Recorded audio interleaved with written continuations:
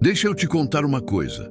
Tenho 70 anos e se tem uma coisa que a idade faz com a gente é tirar a vontade de enrolar. Você para de querer parecer. Você começa a querer ser. Então, o que eu tenho para te dizer hoje não vem de livro, não vem de curso. Vem de 7 décadas vivendo, errando, perdendo, recomeçando e aprendendo a parar de me cobrar tanto pelo que não deu certo. Se você tem 60, 70, 80 anos ou está chegando lá, isso aqui é para você. Não porque eu tenho respostas, mas porque passei tempo demais achando que as respostas viriam de fora e quero te poupar desse engano, se ainda der tempo. A primeira coisa que eu precisava ter entendido mais cedo é a seguinte: a vida não para de mudar quando você envelhece. Ela só muda de um jeito diferente. Quando a gente é jovem, as mudanças chegam com promessa. Novo emprego, novo amor, nova cidade, nova fase. Tem uma carga de esperança em cada virada. Quando a gente envelhece, as mudanças chegam com outro peso. Filhos que saem de casa. Amigos que partem, o corpo que pede mais atenção, papéis que a gente cumpria por décadas que de repente acabam, a aposentadoria, a casa cheia, o ritmo que definia os dias. E ninguém te avisa que isso também vai exigir luto, que você pode estar de luto por uma fase da vida sem que ninguém tenha morrido, sem que nada de errado tenha acontecido. Eu fiquei confuso com isso por muito tempo. Sentia um vazio que eu não sabia nomear. Olhava para a minha vida e via saúde, via família, via uma história inteira de conquistas. E ainda assim, havia uma tristeza quieta que eu não entendia. Hoje eu entendo. Era luto. Luto legítimo por versões de mim que ficaram para trás. E quando aprendi a nomear isso, ficou mais fácil de atravessar. Trabalhei a vida inteira. Não estou reclamando disso, não. Trabalhei porque precisava, porque gostava, porque era o que homem da minha geração fazia. O trabalho era identidade, era estrutura, era o que me dizia onde estava no mundo. Quando me aposentei, achei que ia descansar. Descansei por umas 3 semanas. Depois começou um incômodo que eu não esperava. Uma sensação estranha de estar solto, de não saber muito bem para que serve o dia, de acordar sem uma razão clara para sair da cama com pressa. Minha mulher percebeu antes de mim. Me disse: José, você está aqui, mas não está presente. E ela tinha razão. Eu havia me confundido com o meu trabalho por 40 anos. Quando o trabalho foi embora, eu não sabia muito bem quem era o José que ficava. Isso me assustou. Nunca pensei que ia precisar me apresentar para mim mesmo aos 60 e tantos anos. Mas foi exatamente o que precisou acontecer. Comecei, bem devagar, a fazer perguntas que eu havia adiado por décadas. O que eu gosto de fazer quando não estou obrigado a fazer nada? O que me dá prazer que não depende de ser útil para alguém?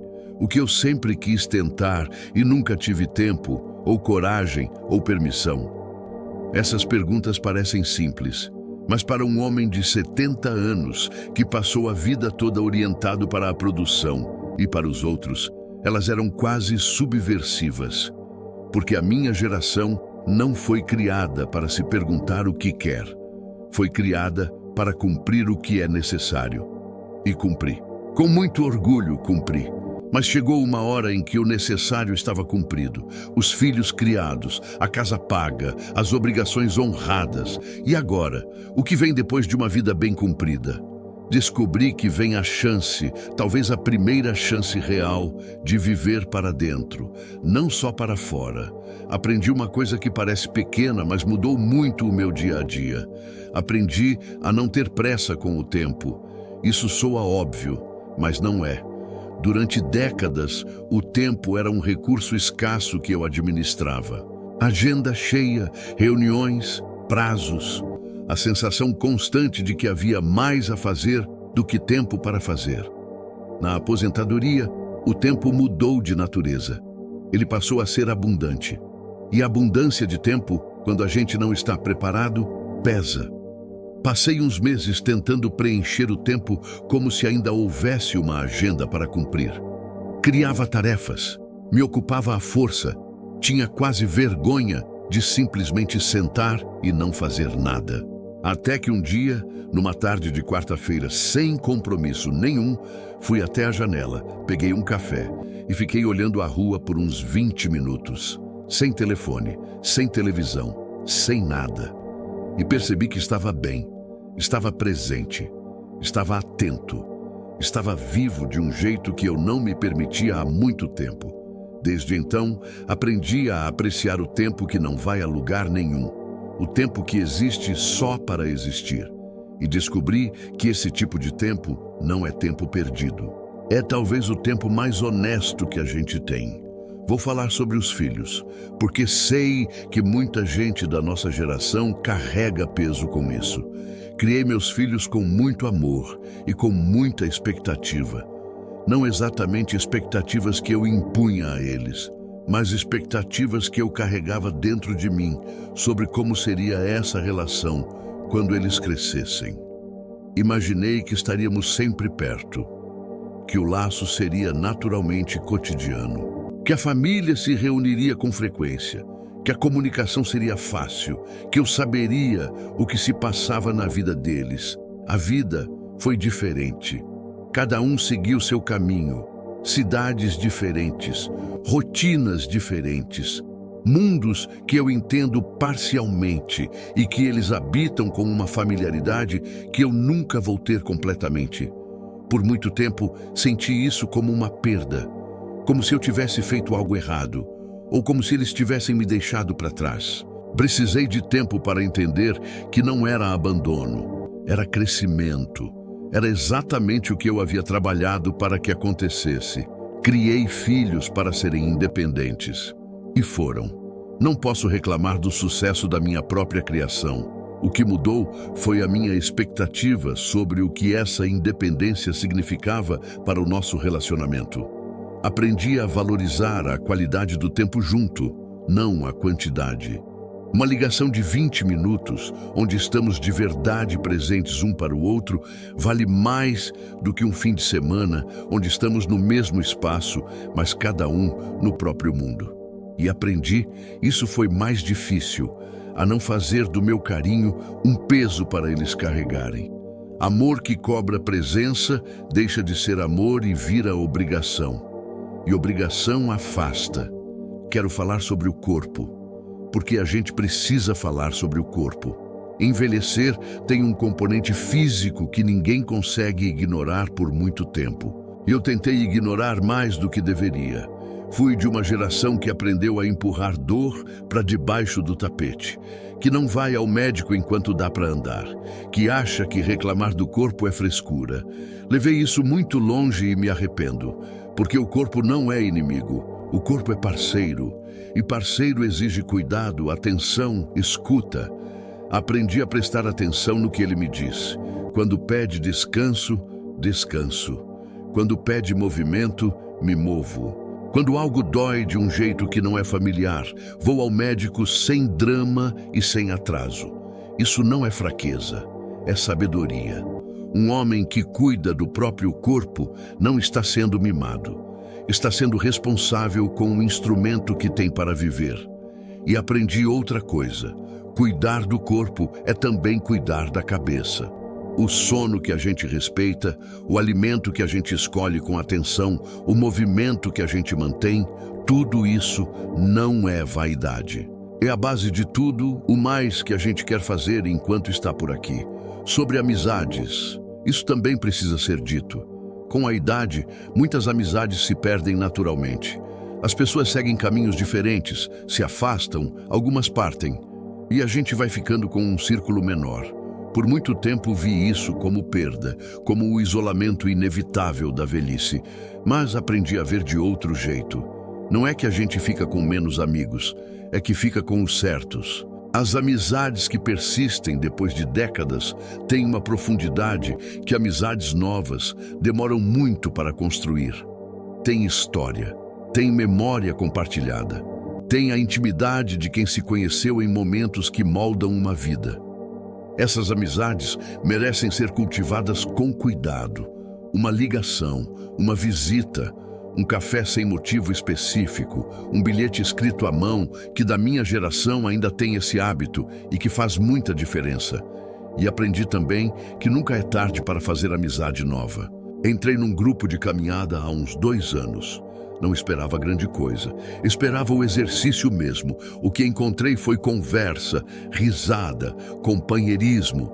Pessoas com histórias completamente diferentes da minha que tinham muito a me ensinar e que pareciam genuinamente interessadas no que eu tinha a dizer. Nunca subestime o poder de uma amizade feita depois dos 60. Ela tem uma leveza bonita, porque é feita por escolha pura, sem obrigação nenhuma. Preciso falar sobre uma coisa que a minha geração não aprendeu a fazer muito bem: pedir ajuda. Fomos criados para ser autossuficientes, para resolver, para não dar trabalho, para mostrar que aguentamos. E há um valor real nessa postura. Não vou negar, mas ela tem um lado que machuca, que é quando a autossuficiência vira o orgulho que impede a gente de receber, de aceitar cuidado, de dizer: não estou conseguindo, preciso de ajuda. Com a idade, há momentos em que a gente vai precisar de ajuda. Com coisas práticas, com saúde, com tecnologia nova que não faz sentido à primeira vista, com emoções que ficam pesadas demais para carregar sozinho. Pedir ajuda nesses momentos não diminui ninguém. Ao contrário, exige uma coragem específica que a pessoa que sempre resolveu tudo sozinha precisa aprender. E quando você pede, frequentemente descobre que as pessoas ao redor estavam esperando ser convidadas. Que seus filhos queriam poder ajudar, mas não sabiam como oferecer sem parecer que estavam duvidando de você. Que seus amigos sentiam o mesmo peso e também precisavam de permissão para falar. Vulnerabilidade, quando é honesta, cria conexão. E conexão é o que faz os dias valerem a pena. Aprendi que gratidão não é uma emoção que aparece automaticamente, é uma prática. Não é sobre fingir que tudo está bem quando não está. Não é sobre varrer dificuldades para baixo do tapete com uma camada de positividade forçada. É sobre, no meio do dia comum, fazer a pergunta: o que há aqui que tem valor? A xícara de café pela manhã, quente do jeito certo. A luz de uma tarde que entra pela janela de um jeito bonito. Uma conversa que deixou algo bom depois. O fato de que o corpo acordou e está funcionando. Pequeno? Pode ser, mas esses pequenos fazem a tessitura do dia. E quando você começa a notá-los, o dia muda de qualidade. Não precisa de mais para isso, precisa de atenção. E atenção é algo que a gente com a idade finalmente tem. Vou terminar com algo que levei muito tempo para entender e que hoje considero talvez a coisa mais importante que aprendi. Eu passei décadas esperando chegar em algum lugar. Quando terminar de criar os filhos, vai melhorar. Quando quitar a casa, vai ficar mais fácil. Quando me aposentar, vai ser mais tranquilo. Quando passar essa fase, vai ser diferente. E ia. As fases passavam. As coisas melhoravam ou mudavam, mas aquela sensação de que o lugar certo ainda estava à frente nunca foi embora completamente. Até eu perceber que o lugar certo não está à frente. Nunca esteve. Está aqui, no dia que está acontecendo, na conversa que está rolando agora, no corpo que está respirando, na pessoa que você é hoje, com tudo que acumulou e tudo que perdeu pelo caminho. 70 anos me ensinaram isso. A vida não é o que vai acontecer, é o que está acontecendo. E quando você finalmente para de esperar para começar a viver e começa a viver o que já tem, algo muda. Um aperto que você carregava tanto tempo que esqueceu que estava lá começa a afrouxar. Não é perfeição, não é ausência de problema, é presença. É estar aqui de verdade. Se você está nos seus 60, 70, 80 anos, eu quero que você saiba uma coisa. O que você viveu tem valor. O que você aprendeu tem valor. Você tem valor, não pelo que ainda vai fazer, mas pelo que já é. Não tenha pressa de ir embora daqui. Não tenha pressa nem de chegar em lugar nenhum. Fique, respire, olhe ao redor. Tem mais beleza nesse dia ordinário do que a gente costuma parar para ver. E você merece vê-la.